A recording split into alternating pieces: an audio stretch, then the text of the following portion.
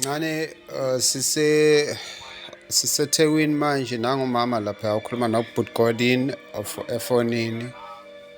DSTV segcina idlalile khona iphuthe bengilenzile.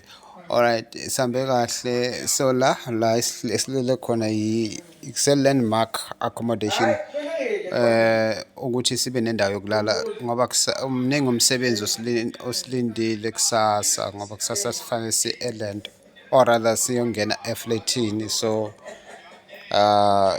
umama lo nami la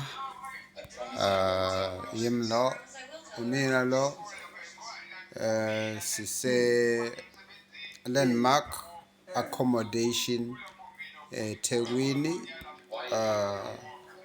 Ikanje yona right ukuthi nje ise idala okwamanje because baya renovate yabo.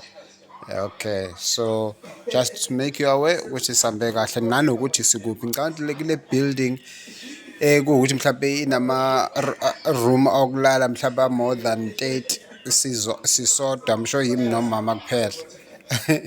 That's the situation. It is very empty. Lele ngale opposite Bayside iyo enabantu. So tonight it's quite empty la sikhona basapenda and everything. Athi kuyabonakala la phansi yabo. Check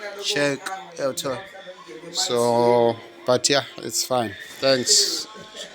Sambe kahle, thank you.